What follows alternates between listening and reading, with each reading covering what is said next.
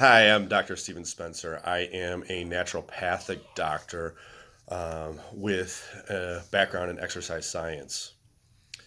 And I specialize in many things, but a couple of things I focus on is structural correction that works on a consistent and predictable basis that can be proven by imaging. So it's consistent, predictable, and it's proven by imaging. We can go show the befores and afters and actually show joint tissue that's regenerated, discs that have reheightened, and such. Also, I focus on genetic nutrition. So I look at people's DNA and break down the enzymatic processes that it takes to make certain antioxidants, to lower oxidation, to balance neurotransmitters, create hormones, and such. And those things lead to disease. I want to go over EMFs and 5G. And pardon me if I'm looking at my sheet of paper, I got a lot of things to go over, and I didn't want to leave anything out. Okay. So basically, when we do research, okay, we want to do research from peer reviewed journals, not research that's given to us from entities that have some sort of benefit. So corporate research scientists, that present data to our Congress and things like that for interest. It's not the skewed data that we want. All right. So what I want to do is go over the 5G and EMF frequencies. All right. First of all, if you think I'm crazy and that I'm full of it, before you shut this off, I want you to go on your phone and I want you to go to your settings. And after you go to your settings, go to legal and read the legal terms that you're agreeing to when you use your phone. Because if there wasn't something dangerous about EMFs, there wouldn't be a warning on how much exposure you should have and what is safe. Okay. And we're going to get further into that as we go on. But 5G and EMFs. First of all, Wi-Fi is a 2.4 gigahertz, a 5 gigahertz, and it's soon to be 60 gigahertz is going to be coming out. Now, this isn't just Wi-Fi. This is all EMFs, 4G, 5G, 3G, 2G. They're different varying lengths and have different frequencies. But basically, the journal that I'm going to reference everything from, that I'm citing a lot of this, is from the Journal of Environmental Research and they have no bias to corporate interest, and it's peer reviewed. Okay. So and the title of the research that I'm citing here is the name of it is Wi-Fi is an important threat to human health. Okay. So it's based off of 23 controlled studies in animals and humans. And the research revealed that there is an increase in excessive calcium signaling activating the peroxynitrate pathway. Okay. So basically, we have these voltage-gated calcium channels that are in our sweat glands, okay? And they act as a helical antenna. So this new 5G stuff coming out is only going to amplify it more. We have the receptors in our skin. We are electromagnetic beings. That's how it works. And it activates this peroxynitrate pathway. And I'm going to go through some solutions and what we can do nutritionally to make sure we balance that out. We're all going to have a little bit different response to these EMFs because we're different genetically and have different dominant recessive traits. So I'm going to go through what we can do nutritionally and some other solutions we can do, to get away from the EMFs and exposure and limit ourselves to that.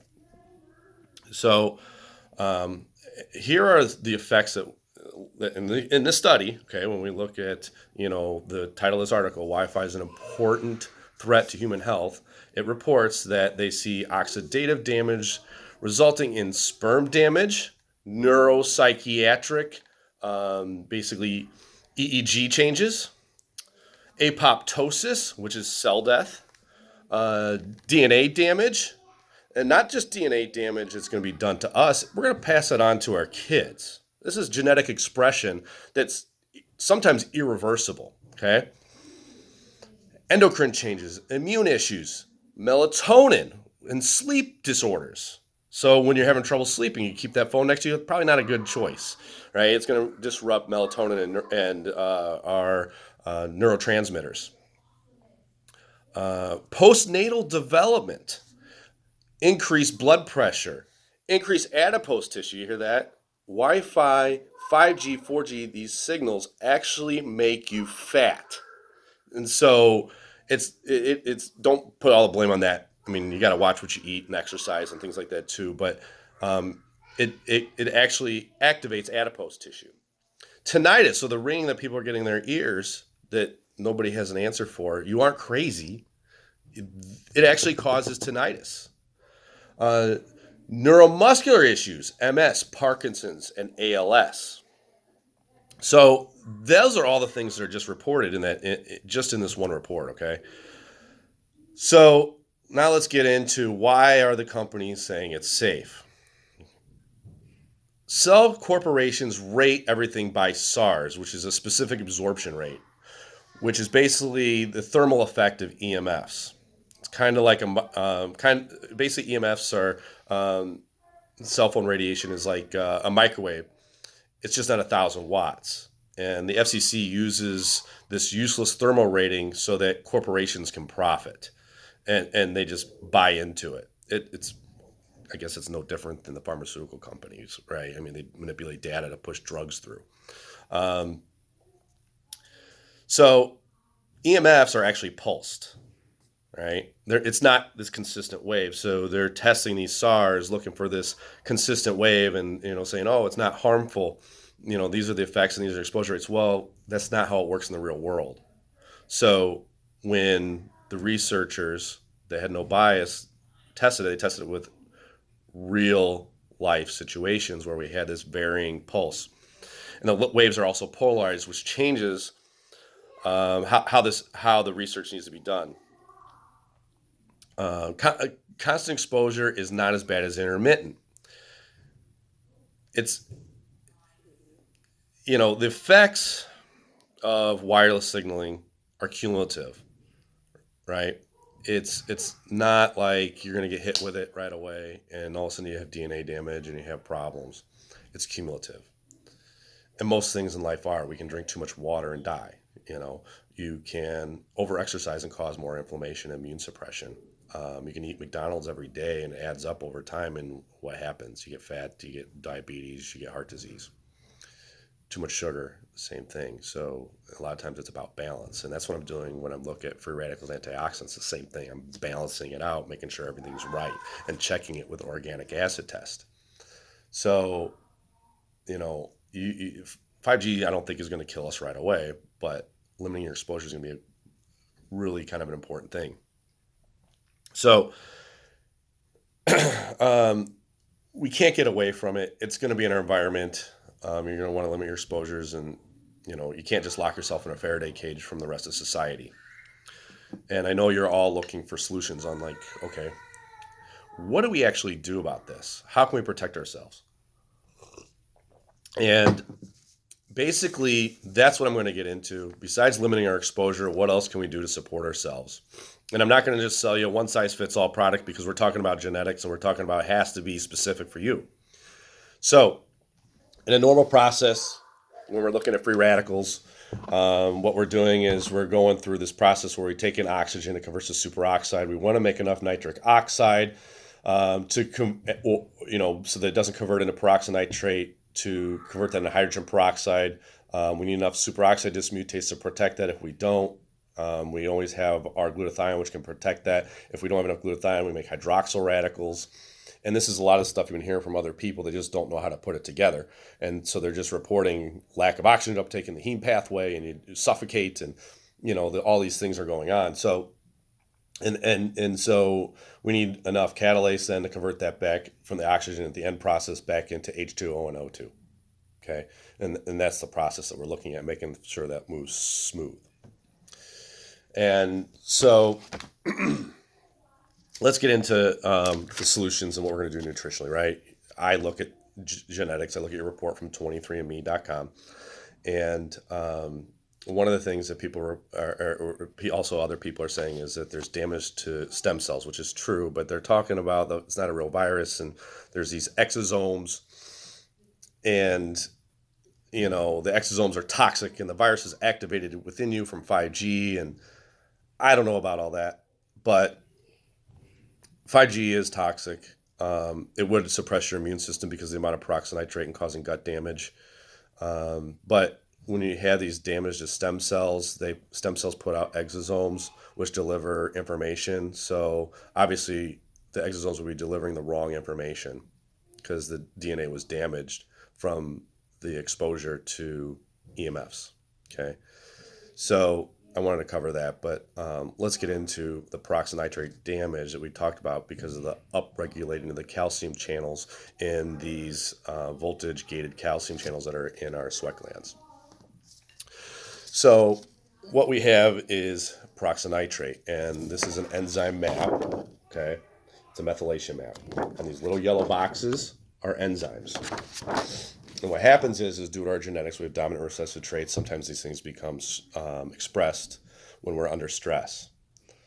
And basically, what you got is they're talking about this peroxynitrate pathway. And so, if we don't metabolize our nutrients well and through the Krebs cycle, we have variants in the CBS-BHMT pathway, we wind up with too much of ammonia. So, if you have gut damage and not absorbing nutrients, we could create more ammonia, which causes peroxynitrate. If you're not making enough nitric oxide, to balance out that, then you're going to end up with more peroxynitrate. So that's that damaged pathway that's actually happening and being expressed in a lot of people. Also it could be the genes in the MTHFR and excess glutamate, which is a neurogenic damage, and that could lead to peroxynitrate problems too. So we need to make sure that every single one of our pathways is optimized and working efficiently so that we have the ability to maintain our immune system and beat a lot of this, to make sure we're optimally healthy. I'm always an advocate more of food and not supplements, but in some cases we need to spot things or supplement with things, at least for a short period. Let's see, peroxynitrate, I went over that. And basically the three cycles mostly I'm seeing that we need to look at are probably MTHFR, which is the methylation, and people don't just go take folate because you read online. That can actually make things worse and speed up the amount of glutamate. But we want to make sure we're making enough nitric oxide to neutralize it. We want to make sure that we got enough superoxide dismutase and hydrogen peroxide. Those are the three things that we're really looking at, I think probably most. But that's that factor. Now here, 5G is just the least of our concerns. Okay, EMFs. I mean, as if the chemtrails and the pesticides and the herbicides, the fluorides, the GMOs and the pharmaceuticals and our water we drink and everything's not toxic enough. They have to go after another thing to make us sick and pollute our environment. Okay, so all these other things are just more reason to make sure that your DNA is not getting damaged when we're doing these enzyme pathways properly. So that's how we combat things nutritionally. I'm happy to be support and answer any of your questions on all this stuff, but please keep your cell phone away from you. Hook things up to a wire. Don't use Wi-Fi as much as you can. Minimize Bluetooth exposure. Because if you do that, these genes aren't expressed. That's one of the big things you can do. I'm happy to look at it, support you nutritionally, tell you what's going on, but keep distance from this stuff. We're not going to get away from it. We don't have control over it. I'm doing some things to help. Dr. Rashid Buttar has some awesome videos to watch. And while you guys may say it's conspiracy, I think he's proven a lot, and it may not be conspiracy anymore, but it's the IADF, American Association for a Disease-Free World. It's a great cause. If you want to contribute to it, that'd be fantastic. I plan on contributing to the group and doing the best I can. In these types of situations, you have a choice. So you can either sit there and tell your kids and your family what you were doing when this was all going on, or you can help to the cause, or you can sit in your house in fear. And I don't believe in being afraid. I think there's a higher power, and we know what's right and what's wrong, and it's our job to stand up and do what's right. So God bless you guys, and hopefully I can hear from you. If you want to check me out, my website is protouchrehab.com, and you can email me at protouchrehab@gmail.com, and you can find me on Facebook under Steven Spencer. My Instagram is Chicago_gym doctor. And I think that about covers all the social media platforms. So uh, I look forward to hearing from you, and hopefully we can all get healthy. Without health, everything else in your life suffers.